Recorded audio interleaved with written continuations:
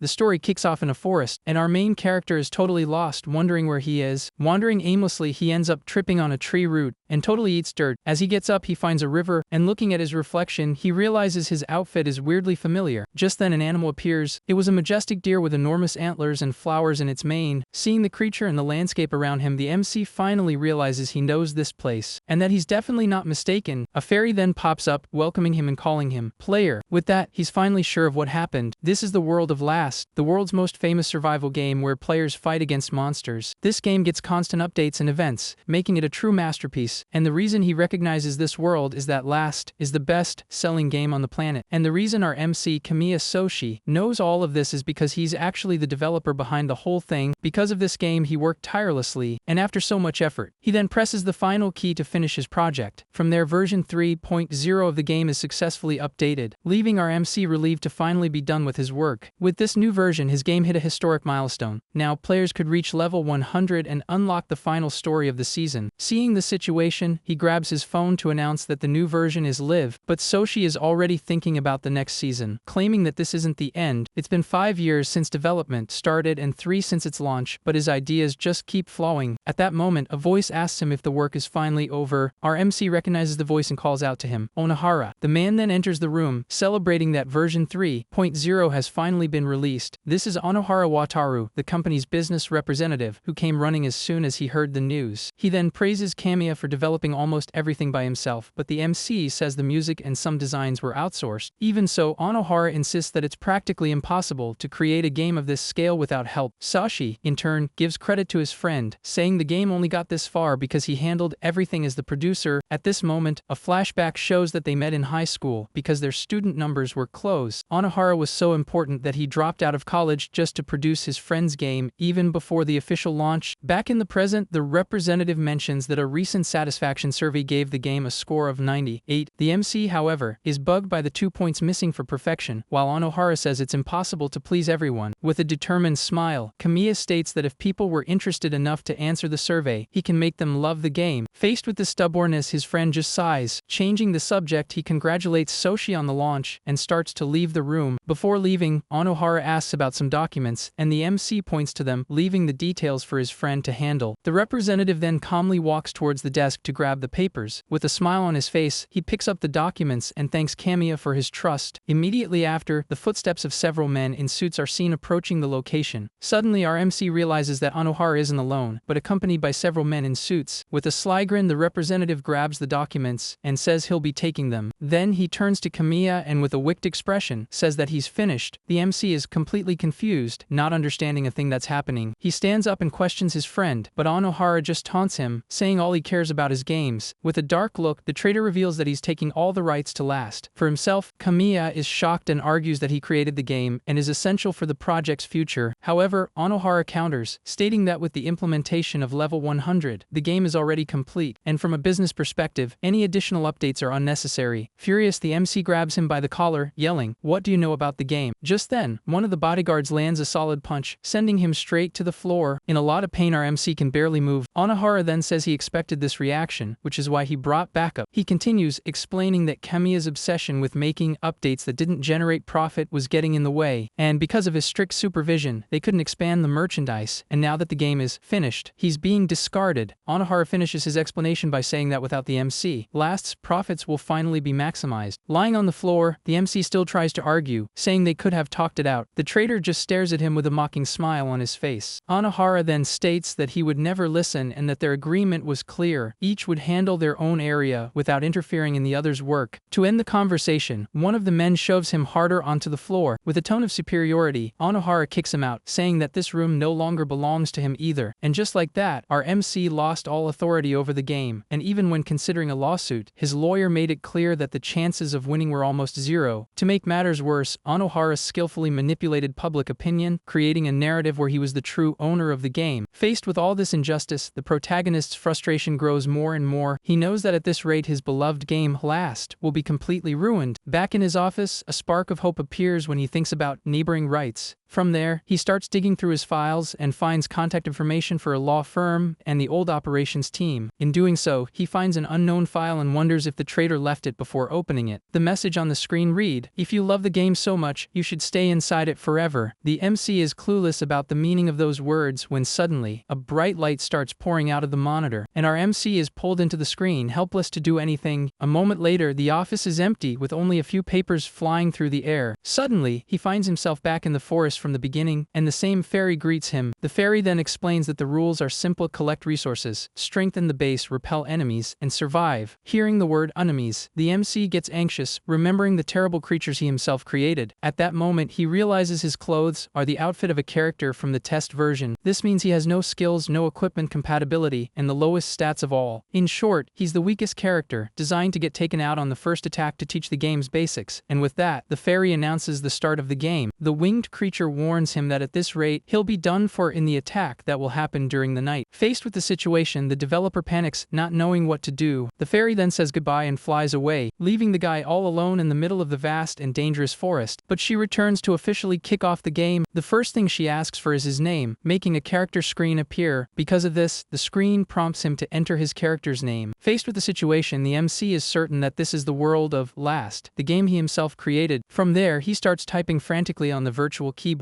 While the fairy asks for his name, he reveals that he's using a secret code to enter developer mode. The winged creature is completely stunned by the revelation, and her eyes go wide in pure surprise. A moment later, the scenery around Kamiya fills with floating data and code. Liffy then realizes the code worked and asks if he really knows how to enter developer mode. With an air of superiority, he introduces himself as Soshi Kamiya, the creator of Last, leaving the fairy ecstatic. After the initial shock, the MC asks for her name and she introduces herself as Leafy. An information screen pops up describing Leafy as a forest fairy who protects nature and advises humans. She then confirms with excitement that this is undeniably the world he created. The scene shows a bit more of the beauty of that place, with its crystal clear waters and wildlife. Since he's the creator, Soshi asks Leafy to see the game's meta information, and she readily agrees. With that, the little fairy starts pulling up the development data for him. The screen then displays that almost all of the game's functions were credited to Soshi, while Anohara was just the game master. Seeing the traitor's name on the list, Leafy gets confused and asks who that man is. With an expression of rage, the MC reveals that Anohara was the man who stole the rights to his game. He continues, explaining that the reason he's here is probably the traitor's fault, which makes the little fairy furious. Although he doesn't understand the logic behind it all, Soshi knows one thing: he can't get wiped out in this place. With a determined look, the creator vows that he will survive in this world and take his game back from Anohara's hands. To do that, he asks Leafy for help, who accepts in a heartbeat, ready to assist her creator. With her help, a small wooden house appears out of nowhere, surrounded by various digital effects. A moment later, the two are teleported in front of the building, and the MC finds the teleportation feeling really weird. Looking closer at the place, he realizes it's just a level 1 base. The little fairy apologizes for only being able to summon a simple base, but he reassures her, saying that in developer mode, he can only see the parameters, not change them. Upon entering the house, he finds a large, glowing blue crystal on a pedestal. The two then approach the mysterious object. An information screen explains that it's a magic stone, and Leafy says that normally this would be part of the tutorial, but since he's the creator, he doesn't need it. To the fairy's surprise, the MC says he is indeed going to do the tutorial. He explains that monsters don't appear during the tutorial, so it's the perfect time to safely gather materials, and Leafy finally gets the plan. He explains that his character was made to be taken out on the first night, so he can be defeated with a single hit. Because of this, he can't waste any time and says they should start immediately, which Leafy agrees to right away. With a focused and determined look, the tutorial finally begins. A system screen then confirms that the learning mode has started. Without wasting a second, our MC darts through the forest to gather resources. He gives it his all, and being the creator of the game, he knows the location of every single material by heart. After a long day of work, the sun begins to set, and Leafy watches him from a distance. When he finally returns, the little fairy congratulates him on a job well done. The MC says they need to craft the items before it gets dark, and Leafy is shocked that he managed to get so many materials just during the tutorial. With a confident smile, the guy explains that he himself designed the game so that this would be possible within the specs. The winged creature, however, reveals that although it's possible, no player has ever managed to pull off this feet before. With the materials in hand, the magic stone begins to glow, starting the crafting process. Both of them then watch the magic crystal attentively as it works. A moment later, the crafting is a success, and a wooden sword and a small barricade are forged. Satisfied with the result, Kamiya confirms the item creation on the screen. Even with the items, the MC knows the equipment is way too weak and that his character wasn't designed to win at all. He calculates his chances of survival are a few % at best, because normally the player would be guided to the full version of the game, but now his life is on the line. Suddenly, the sky darkens and a red moon appears on the horizon, signaling that the nightly attack is about to begin. A mission screen then appears with the objective to survive the night, and a worried Leafy wishes her creator good luck. In the middle of the dark forest, a familiar silhouette emerges from between the trees. It was the same majestic deer he had encountered earlier. However, before it could do anything, the poor animal is brutally taken down by another creature. Seeing the terrible scene, our MC prepares for the combat ahead. The monster that emerges from the shadows is a goblin, a low-level creature, but one that shouldn't be underestimated. To prepare for the fight, the game creator quickly opens his status screen. The screen reveals that all his attributes are at level 5, and he only has a wooden sword with no special abilities. Without wasting time, the goblin leaps towards Kamiya, ready to strike. Our MC, however, remains calm and extremely focused. With an agile move, he manages to dodge the monster's attack by a hair's breadth. Liffy is impressed by the dodge and realizes he only managed to do it because, as the creator, he perfectly knows all the goblin's parameters and attack patterns. Despite knowing the goblin's moves, the battle remains intense and frantic. The monster attacks relentlessly, and in a moment of carelessness, it manages to hit the MC's arm. He gets frustrated for not being able to avoid the blow even though he knew it was coming, because his speed is too low. Trying to fight back, the guy attacks with his sword, but the blow has no effect on the goblin. His strength is also insufficient, and the creature glares at him with a wicked smile. With a powerful counter-attack, the monster lands a direct hit to his face. The impact is so strong it makes him spit out a bit of blood. The blow sends him flying and his wooden sword falls beside him. As he gets up, he feels the real pain of the wound, but it only makes him more determined. With a look full of fury and determination, he swears he won't let the creator of Last be taken out by his own game. He then gets up, grabs his sword, and prepares for the next charge. With a new strategy in mind, he starts running towards his base with the goblin chasing him closely. Since his stats are so low, he knows he can't face the monster head-on, but he has a plan. In the blink of an eye, he accesses the crafting menu and selects the wooden barricade he had made earlier. With a surprising and acrobatic move, he leaps over the newly created barricade. Unable to stop in time, the goblin doesn't see the trap in its path. Because of this, the creature runs straight into the wooden barricade and ends up getting impaled. Seizing the opportunity, our MC uses his full body weight to attack the immobilized monster. He then unleashes a series of merciless blows with his sword. After an exhausting and breathless battle, Kamiya finally manages to defeat the goblin. The MC then stands tall, observing the result of his first and difficult victory. A moment later, a system screen appears, congratulating him for completing the mission to survive the night. With the mission complete, the terrifying red moon disappears, and the night finally comes to an end. Alongside Liffy, he reflects that even being the creator of this world, surviving here is an extremely difficult task. Despite all the challenges, a look full of determination appears on his face. He faces the new day with a promise that he will survive at all costs, and even if he hits rock bottom, he will fight to crawl his way back and reclaim everything that was stolen from him. With the arrival of morning, the sunlight illuminates the forest, marking the start of a new day. Back at his base, Kamiya examines a new weapon he created and is impressed by how realistic the item's texture is. Liffy then greets him with a cheerful good morning and asks if he's going out to gather more materials again. The MC, however, says no, explaining that yesterday's tutorial was enough and now he'll focus on crafting items because he needs to find gear as soon as possible. He then explains that in Last, various materials can be collected around the base. These materials are converted into 3 types of basic resources and stored in a mana stone. The first resource is mana, which acts as life energy to develop characters or create magic items. The second is element, needed to produce physical goods like food and buildings. Lastly, the third is gold, which serves as currency to buy items that can't be crafted. With all his knowledge of the game, he places his hand on the mana stone to begin the process. Facing the crafting screen, he prepares to use the resources he has accumulated. The crafting is a success, and he manages to create a bow, 10 arrows, a watchtower, and some logs, but Leafy recognizes that combination of items as a requirement for a specific character to appear. Kamiya confirms her suspicions and reveals that to survive, he's gonna need allies, especially if he wants to get past the 7th day. Hearing this, the little fairy panics and screams about a stampede. The guy then explains that although monster attacks happen every night, every 7 days there's a massive outbreak called a stampede. This event is so difficult that even players of the full version barely survive, making it theoretically impossible for a test character. Liffy is terrified by the idea, knowing that no matter how good he is, surviving that with such a weak character is an impossible task. He then asks what happens if you get wiped out in this world, and the little fairy replies that she doesn't know, but since defeated NPCs don't respawn, the outcome probably won't be good. Faced with the dangerous situation, Leafy musters up her courage and promises to help him in every way possible. She then explains that the system prevents her from participating in combat, but she will do her best to gather information and give advice so he can survive. Our MC is touched by the little fairy's determination. With a sincere smile, he thanks her and says he's counting on her help. A moment later, the guy asks her to stop calling him creator, but Liffy insists that to her, he will always be her creator, and Kamiya ends up agreeing. At that, the two share a moment of camaraderie. With their plans set, the MC heads out into the field to start building. He then opens the game menu and selects the watchtower he had created. From there, the structure begins to materialize in front of him with various digital effects. Once in the tower, he complains that it's inconvenient to have to physically place things, and Leafy explains because the base level is still low. He then climbs to the top of the tower and is met with a breathtaking view of the vast world he himself designed. The little fairy is amazed by the scenery and says it's incredible that all of this was created by him. Seeing his world so alive and with characters that breathe, he reaffirms to himself that this is exactly why he can't give up on getting last back. With the arrival of night, a scream echoes through the forest, and the mission for the second day begins. From the top of the watchtower, Kamiya Soshi spots the monsters and tells Leafy that they've arrived. A moment later, he draws his bow, preparing for the battle that's about to start. This time, 2 goblins appear and he realizes the challenge of the second night is completely different from the previous day. Determined not to wait, the guy takes the initiative and aims his arrow at the approaching creatures. However, he feels a great difficulty in drawing the bowstring, as it requires a lot of strength, and Leafy laments that, at the current level, there are no modifiers to help. The developer accepts it, since he designed the game this way himself, and fires the arrow with all his energy. The projectile flies at high speed but ends up missing the target by a hair, sticking into the ground near the goblin's foot. Our MC is shocked to have missed the shot, and the little fairy apologizes, explaining that the accuracy modifiers aren't active yet either. He accepts the difficulty of the early game that he himself programmed, and quickly grabs another arrow for a new attempt. To everyone's surprise, one of the goblins attacks the other by mistake, hitting it with its sword. Seeing the perfect opportunity, Kamiya celebrates and hurries to shoot once more. With a perfect shot, he hits the remaining monster square in the chest. The creature then lets out a cry of pain as it's hit by the arrow. Without hesitation, the creator leaps from the watchtower to finish the fight up close, leaving Leafy extremely worried. He lands already preparing for the final attack, using all the knowledge he gained in the previous battle. Even with low stats, he knows he can win if he can stay one step ahead of the enemy. From there, he concentrates fully and aims his bow with the utmost precision. Since accuracy in the game is inversely proportional to distance, he gets closer to guarantee the hit. With that, the arrow goes straight into the creature's weak spot. The impact is so strong that the monster is thrown back violently. A moment later, the guy turns to face the last remaining goblin. Without missing the opportunity, he fires another perfect arrow at the enemy. The creature falls to the ground, wounded but not completely defeated. Taking advantage of the proximity, the goblin tries to grab the MC's bow in a last-ditch effort. However, the developer uses the weapon itself to defend himself and finish off the monster. Covered in splatters, the guy stares at the result of the battle as a system screen appears. Liffy then flies to him and congratulates him on the victory, and our MC just nods in agreement. The scene pans out, showing the battlefield with the 2 defeated monsters. At the same time, deep in the forest, a mysterious figure watches everything from afar. The next morning, the creator begins to inspect the base's perimeter to prepare for the upcoming challenges. He examines one of the used arrows, as he can't afford to waste resources and needs to recover all that can still be used. Checking his inventory, he notices he only recovered one of the 2 intact arrows and, with a smile, realizes his plan to lure someone out work. From there, a recruitment mission about the whereabouts of the lost arrow is activated in the system. With that, the 2 follow the footprints on the grass towards the forest. The little fairy warns him to be careful but states that she'll be safe since the system prevents her from interfering and also from getting hurt. And so, our MC continues to follow the trail left on the ground. The game Last has a system where NPCs can become allies if the player meets certain conditions and completes their unique mission. These companions have various specialties, from combat to production, making them essential to beat the game. Faced with the situation, the guy reflects that he needs allies because his life is on the line, but Leafy suddenly calls out to him. The little fairy then points to a spot and asks if that's where they need to go. Hidden in a tree, a young huntress holds the lost arrow while observing a rope trap on the ground. The arrow is stuck in the grass right in the middle of the trap, serving as bait. Suddenly, the girl tries to activate the trap but fails and clumsily falls from the branch. After the fall, she quickly pulls herself together on the ground. A moment later, she draws a knife, and a system screen introduces her as Anmon, the young huntress. Suddenly, a log trap swings towards Anmon, putting her on high alert. Our MC appears and tries to calm her down, saying they're not enemies. Not listening, the young huntress leaps away, and the guy asks her to just listen. He tries to catch up to her but fails and introduces himself as Kamiya, asking for her name, but to no avail. Faced with the situation, the developer and Leafy just watch as the girl disappears into the forest. The creator is confused because he never implemented a development like that, and the fairy explains that since he has become a resident of the world, the game's scenario no longer unfolds automatically. The winged creature concludes that they might have scared her, and that now he'll have to persuade her with real dialogue, not game mechanics. From there, he wonders if the characters are really alive, and if he handles the situation incorrectly, they could become permanent enemies. Back at his base, a system screen confirms that the gathering mission is complete, and Leafy welcomes him back. The little fairy asks if he managed to restock the necessary elements, and he confirms, saying that luckily, no monsters appeared. The guy then enters the house to start crafting, and his companion asks if he thinks the plan will work. With a confident air, Kamiya states that he was the one who wrote her story, and therefore, he believes his method has the highest chance of success. He then reveals that she is a huntress who lived alone with her father and continued to live in the forest alone after he passed away. His plan is to make her feel the warmth of living with other people after such a solitary lifestyle, so that she might have a chance to join them. However, he admits that since they're off script, he can't be sure of the outcome. While Leafy reads about the mana stone called Arcanite, he then places his hand on the Arcanite to begin crafting new items. From there, the crafting is a success, and he gets an iron pan, ladle, salt, pepper, ground meat, and 2 sets of cutlery. Our MC starts cooking over a campfire and reflects that he never imagined he'd be doing this inside a game. Leafy watches him from afar as he comments that although he could generate ready-made meals at higher levels, this experience isn't all bad. The little fairy compliments his cooking skills, and the guy reveals he's good at it because he lived alone for a long time, focused only on developing. Last. At that, a memory surfaces, showing Anohara visiting him frequently right after he graduated from high school. The memory of the traitor makes his expression more serious and dark. Back in the present, he says that's ancient history now, while Leafy looks at him with a worried expression. Suddenly, a noise in the bushes catches their attention. Anemone then appears suddenly, aiming her bow directly at them and scaring Leafy in the process. The creator raises his hand in a gesture of peace and tries to calm her down, but the suspicious huntress asks if there's anyone else with them. The guy is a bit confused by the question but prepares to answer. He then says no, that he's alone, and Leafy cowers in fear next to the huntress. He introduces himself again, and the girl finally reveals herself as Anemone, explaining that she was hunting and suddenly found herself in a forest she didn't recognize. The MC then says he understands, as he himself just arrived in this place too. Anemone keeps her bow aimed at him, still suspicious, and our MC explains that even if she told him where she came from, he wouldn't know the region. To break the ice, the guy offers some of the food he prepared, assuring her it's not poisoned and that he just made too much food for one person. Even with the bow still in hand, the smell of the food catches the young huntress's attention. With a little hesitation, she approaches and sits at a safe distance. He then serves her a plate and explains how the hamburger steak is made, and so the girl begins to eat while our MC watches her from a distance. Taking the first bite, she is completely amazed by the flavor of the meal. A moment later, she starts devouring the food non-stop. After finishing everything, she praises the food, saying it was the first time she had eaten something so delicious, and the guy is happy with the result. The huntress then asks if he can make more, and the creator confirms he still has the necessary ingredients. However, he stands up and says that for that, she'll have to pay a price. Suspicious, Anemone asks what he wants in exchange for the food. Just then, the sky darkens, and he reveals that he needs her strength in battle, as this place is very dangerous. The young huntress understands what he means and agrees that to not be the prey, you have to be the hunter. A system screen then appears announcing that the recruitment mission has progressed, and that if they fight together and win, she will join the base, and Anemone accepts the proposal. As soon as the deal is sealed, red eyes appear in the darkness of the forest, signaling the start of the nightly attack. A moment later, 3 armed goblins emerge from the trees, ready for battle. Leafy counts the visible monsters, but the MC corrects her, saying there are even more hidden. Indeed, smaller creatures were hiding behind the larger ones, just waiting for the right moment to strike. With that, a horde of goblins reveals itself, making that night's challenge much more difficult than expected. Faced with the situation, the guy draws a sword with digital effects and yells to Anemone that he needs backup. The huntress huntress is surprised to see the weapon appear out of nowhere and wonders if he has a contract with a mana stone. With no time for explanations, our MC charges forward alone and faces several monsters at once. Anemone analyzes the fight and realizes that even with her help, the situation is extremely complicated. To create an opportunity, the developer kicks one of the goblins away and yells for the huntress to shoot. Taking advantage of the opening, the girl aims her bow and prepares to fire. With impeccable aim, the arrow hits one of the monsters square in the head, dropping it instantly. She is impressed by his ability to fight and at the same time keep a clear line of sight for her attacks. The creator then holds another goblin and yells for her to ready another arrow. Once again, the teamwork functions perfectly, and another monster is hit by a perfect arrow. The battle intensifies, and one of the larger monsters manages to knock the MC to the ground. Even pinned down, the guy decides to use the enemy's momentum to his advantage to turn the tables. With a quick move, he uses his legs to launch the creature over himself. Seizing the chance while the goblin is still in the air, the creator finishes it with a precise cut from his sword. Anemone continues to provide support from a distance with her bow and arrow, maintaining total concentration on the fight. The problem is that the horde of monsters seems endless, and more creatures keep pouring out of the forest. To make matters worse, a new group of larger and stronger goblins joins the attack. Kamiyasoshi finds himself surrounded but continues to fight bravely while the huntress is shocked by the number of enemies. The young woman tries to hit one of them with an arrow, but the shot only hits the monster's arm, and she realizes the bow isn't fast enough. Seeing that she needs to change tactics, the girl puts away the bow and draws her knife for close quarters combat, and so she charges at two goblins at once, using her agility to fight. Realizing the danger, the creator yells for her to fall back towards the cabin without worrying about defeating all the enemies. At that moment, one of the smaller creatures rushes to attack Anemone from below. The huntress, however, was already aware of the monster's movement. With an impressive acrobatic move, she dodges the attack and prepares a devastating counter-attack. Taking advantage of the retreat, one of the goblins missteps and triggers a trap hidden on the ground. With that, the ground opens up, and the creature falls straight into a camouflaged pit. Because of this, the monster ends up being impaled by the wooden stakes at the bottom of the trap. While fighting one of the larger goblins, our MC is relieved to see that his strategy of setting traps worked. A brief flashback shows that he had already prepared the ground before the battle using his creation skills. At the same time, Anemone charges fearlessly towards another giant monster to provide support. The creator uses the enemy's own club to defend himself but feels the huge difference in strength due to his low stats. The creature then raises its weapon to deliver a final blow, leaving the guy in a very dangerous situation. However, an arrow hits the monster's shoulder just in time, saving the developer by a hair. With a second wind, a look full of determination appears on his face. The one responsible for the shot was Anemone, who continues to fight fiercely, eliminating the surrounding enemies. After a long and exhausting battle, the night finally comes to an end, and a system screen congratulates everyone on the victory.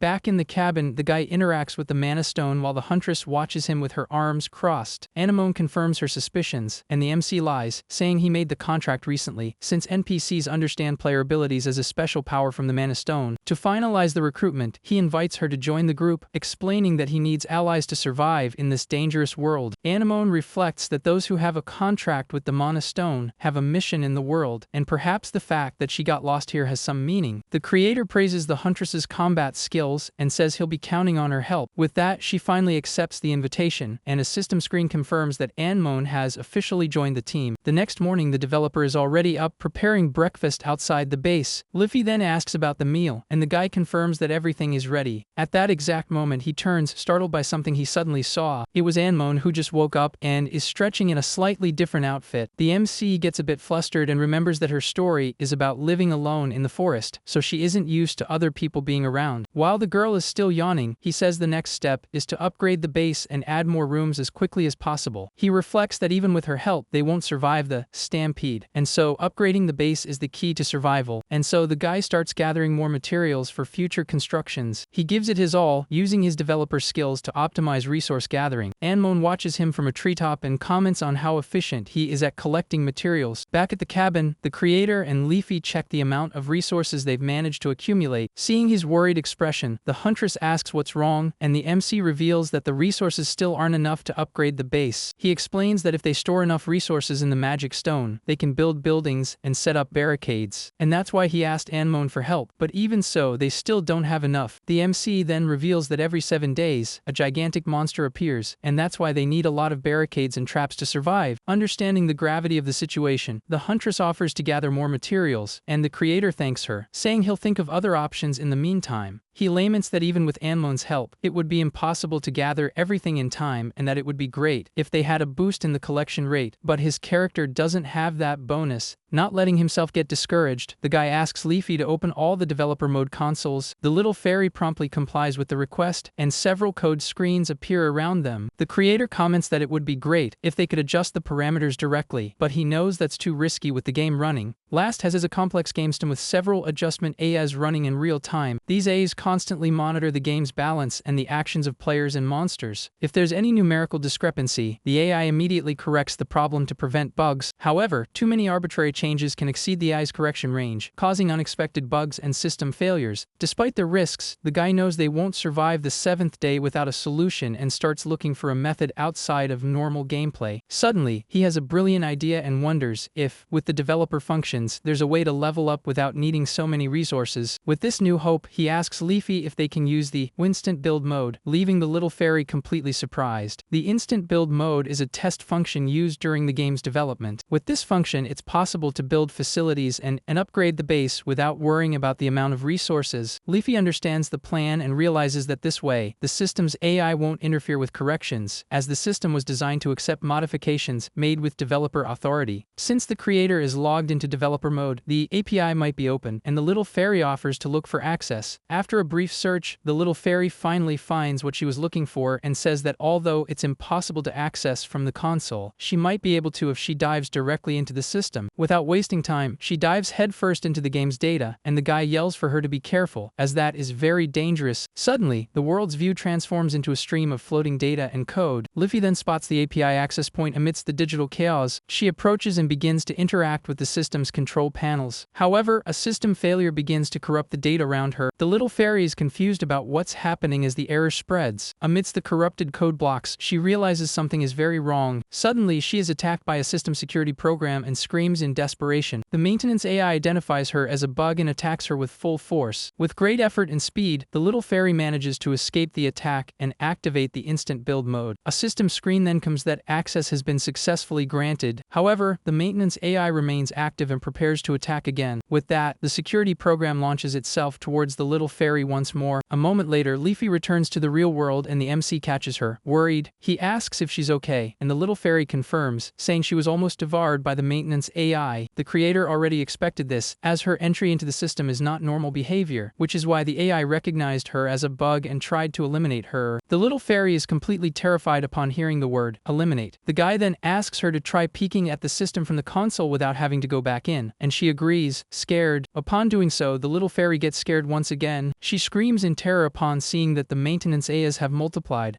Leafy warns that there are now many of them, and the MC concludes that accessing the same API again will be very difficult. He reassures her, saying it's not her fault and that this is actually a sign that the system is working correctly, and apologizes for making her go through something so dangerous. With a relieved smile, the guy says he's glad she's safe, and the little fairy is touched by his words. With instant build mode activated, a system screen asks if he wants to level up the base. Meanwhile, Anemone, who was out gathering resources, is met with a surprising sight upon her return. With digital effects, the base begins to expand and upgrade before her eyes. In a matter of seconds, the entire place is transformed into a small village surrounded by wooden walls. Outside the main house, the MC observes his new and improved base. A system screen then confirms that the base has reached level 3. Anemone is impressed and comments that magic stones are incredible, but Cameo warns her that this isn't something he can do anytime he wants. He then offers her one of the new cabins so she can settle in. The guy advises her to choose a cabin quickly, but the huntress doesn't understand the reason for the rush. Suddenly, a huge beam of green light erupts from the ground, startling everyone. The huntress watches the scene, completely shocked by what's happening. She then turns to the MC, not understanding the situation at all. With a confident smile, the creator explains that soon they'll run out of available cabins. Amidst the smoke and slowly dissipating green light, several silhouettes of people begin to appear in the center of the village. Anemone is surprised to see so many people appearing out of nowhere and wonders if they were transferred there. The group of newcomers seems confused and lost, not knowing where they are, and system screens identify them as the villagers Rira and Aesel. Faced with the sudden arrival of the villagers, Anemone is on high alert, prepared for any threat. From there, the group of newcomers reacts with fear, and a boy steps forward to protect the others from our MC. Kamiya Soshi, in turn, raises his hand in a gesture of peace, trying to calm the situation. situation and show he's not an enemy. Even so, the villagers remain suspicious and the young man stays on the defensive, glaring at the creator. The MC then takes a deep breath and prepares to explain the situation to the frightened crowd. He introduces himself as Kamiya and says he had been living there for a few days before they arrived. To make things clear, he reveals that the base is surrounded by a dangerous forest, and that monsters appear to attack during the night. Because of this, the guy asks for everyone's cooperation, as they will need to join forces to survive in this place. The villagers, however, begin to whisper among themselves, and a woman comments that the people who worship him as a god are showing up. At that moment, an older man named Sylvan stands out from the crowd and approaches to speak with him. Sylvan then asks if Kamiya also just arrived there and reveals that he was guided to that place by a magic stone. The old man continues, saying he's heard about the magic stone but never imagined he would be summoned by it while he was still alive. Suddenly, a stronger villager named Waldo shouts for the others not to take what Sylvan is saying seriously. Waldo accuses the MC of having used magic transfer to kidnap all of them. Kamiya then watches the man turn to leave with other villagers and asks where they're going. Waldo says he's going to check the surroundings first, as he doubts monsters really appear there, and so, he divides the group of villagers and tells half of them to remain at the base. With that, the man leads his small group out of the village while the MC watches him with irritation. The creator then asks Anmon to protect the people who stayed, and the huntress asks what he's going to do. He replies that he will watch over the other group to make sure they don't get into trouble. With that, our MC enters the forest alone, following the trail of the rebellious group. Upon catching up to them, the developer warns them not to stray too far, but Waldo and his followers just ignore him. The guy knows that although the area is good for gathering resources, it's also extremely dangerous, with monsters appearing at any time. Furthermore, the game's rules prevent him from simply looking for another base after abandoning the current one. The system was designed so that the farther from the village, the stronger the monsters become, and suddenly, Waldo finds something on the path. To everyone's surprise, they come across a group of cute bunnies with unicorn horns, and Waldo sarcastically asks if these are the creatures that attack the base. Kamiya confirms seriously, and the answer leaves the man completely confused. The creator explains that there's no better learning than experience, and the bunnies suddenly transform into terrifying creatures with red eyes and sharp teeth. Before they could react, one of the bunnies leaps and attacks Waldo fiercely. A moment later, the other monsters attack the rest of the group, who panic and start screaming for help. In the midst of the chaos, the developer runs towards the group and yells for them to close their eyes and hold their breath, leaving Waldo and the others completely confused by the order. Without understanding why, they obey immediately and cover their faces with their hands as the bunnies continue their attack. Taking advantage of the monster's distraction, our MC accesses his inventory and pulls out 3 vials of pepper. With a leap, he throws the vials as if they were smoke bombs directly into the middle of the group and the creatures. The vials explode in a large cloud of dust that hits the bunnies head on, leaving them stunned and disoriented. The pepper makes Waldo sneeze and cry uncontrollably, while the creator yells for everyone to run from there. A moment later, the guy grabs one of the injured villagers and hurries them to run back to the base. And so, he helps the group escape, but Waldo is still left behind, trying to recover from the pepper attack. After returning safely to the base, Waldo and the others receive medical treatment while life in the village continues. From there, the villagers begin to train to defend themselves, with Anmon teaching archery and Waldo practicing with the sword. With great determination, the man shouts that he will continue training, and Anmon tells him and his group to repeat the exercise 50 times. One of Waldo's companions comments that he's very motivated, and the man replies that next time, they'll really win. From a distance, our MC observes the training of the new village residents. Liffy then flies to him and says she's glad they've gained more allies, and the creator agrees, somewhat distracted. The little fairy asks if something is wrong, while the young villager Assel trains, with difficulty using a heavy sword. The winged creature then recognizes the boy and is completely shocked by what she's seeing. Our MC explains that in the early stages of the game, there are events and characters to help players understand the rules. Assel is one of those characters,